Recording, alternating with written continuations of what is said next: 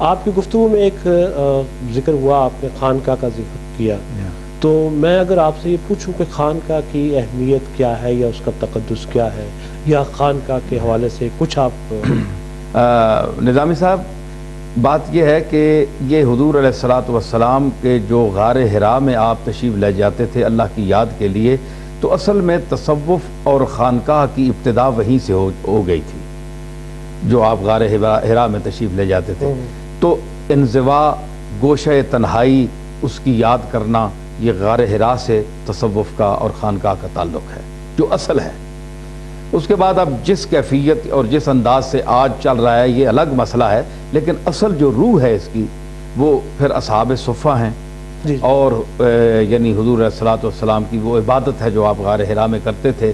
اس کے بعد ہمارے صحابہ نے جو اوراد، وظائف اور اشغال اعمال کیے وہ تابعین، تبع تابعین میں منتقل ہوئے۔ تبع تابعین کے بعد صوفیاء کا ایک گروہ ابھرا خراسان میں۔ یہ سب آپ کے یہ بڑے بڑے جو رسالہ کوہ شعریہ کے مصنف جو ہیں، اور اپنے علی حجویری ہیں، جنید بغدادی ہیں، سرئی سکتی ہیں، معروف کرخی ہیں، جتنے ہیں یہ سب اٹھی ہے، یہ بالکل اس دور کے قریب ہے۔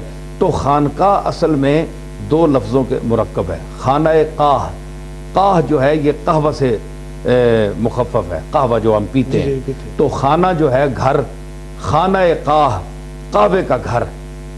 تو یاد رکھیں کہ اس میں جو قہوہ ہے یہ تین چیزوں کو ختم کر دیتا ہے۔ قاطع الشہوت ہے، شہوت ختم کرتا ہے، قاطع النوم ہے، قاطع الجوع ہے، بھوک ختم کرتا ہے، نیند کو ختم کرتا ہے، اور شہوت کو ختم کرتا ہے۔ صوفیاء کو یہی تین چیزیں چاہیے، اسی لیے یہ قہوہ پیتے تھے اور اللہ کی یاد کرتے تھے۔ ان کا نام بن گیا خانہ قاہ، قہوے کا گھر، یعنی فلاں فلاں جگہ جو ہے قہوہ رات کو چلتا ہے، اللہ کا ذکر ہوتا ہے، یاد ہوتی ہے۔ تو یہ کثرت استعمال کی وجہ سے پھر الف گر گیا، خانقاہ بن گئی۔ اصل میں خانہ قاہ ہے۔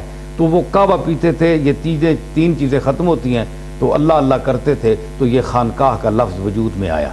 تو یہ سلسلہ جو ہے مطلب آپ جیسے فرمایا کہ غار حرا سے چلا ہے، اور یہ اس کے بعد مطلب تاریخ میں دیکھ رہے ہیں تو یہ کہاں کہاں مطلب اس کی خانقاہ ہے جو سلسلہ؟ خانقاہ ہے جناب، اس کو زاویہ کہتے ہیں عربی میں، عربی میں اس کو زاویہ کہتے ہیں، تو فارسی میں اس کو خانقاہیں کہتے ہیں۔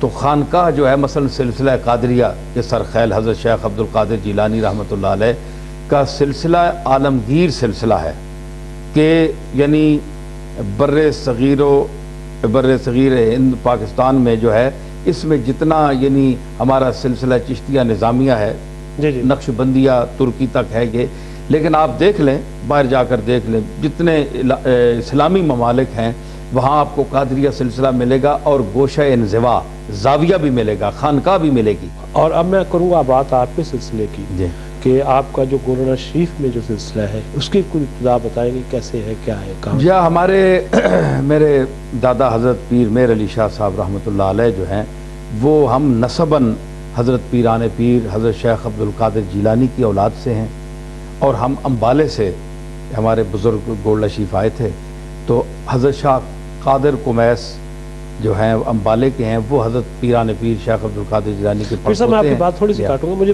صرف بتا دیں گولڑا شریف ہے کہاں، چاہ کہ ہمارے ناظرین یہ گولڑا شریف یعنی فیصل مسجد جو ہے نا جی، فیصل مسجد اسلام آباد میں، اس سے 2-3 میل ہے، جی مغرب کی طرف گولڑا شریف مشہور جگہ ہے۔ اچھا، تو پنڈی سے 11 میل ہے، اور اسلام آباد میں فیصل مسجد سے 2-3 میل ہوگی۔ تو ہم نسباً جو ہیں حضرت غوث پاک کی اولاد ہیں، اور حضرت پیران پیر شیخ عبد القادر جیلانی رحمۃ اللہ علیہ امام حسن کی اولاد ہے، ٹھیک ہے جی۔ اور سلسلتاً بھی ہمارے جو حضرت پیر میر علی شاہ صاحب کے جو والد کے ماموں تھے پیر فضل الدین گیلانی، ان کا مزار شریف وہیں گولڑا شریف میں ہے، وہ ابتدائی طور پر قادری سلسلے میں انہی سے مرید تھے، لیکن بعد میں وہ سلسلہ چشتیہ نظامیہ میں حضرت شمس العارفین حضرت شمس الدین سیالوی رحمۃ اللہ علیہ کے مرید ہوئے، اور آپ کو خلافت وہیں سے ملی، سلسلہ چشتیہ نظامیہ کی۔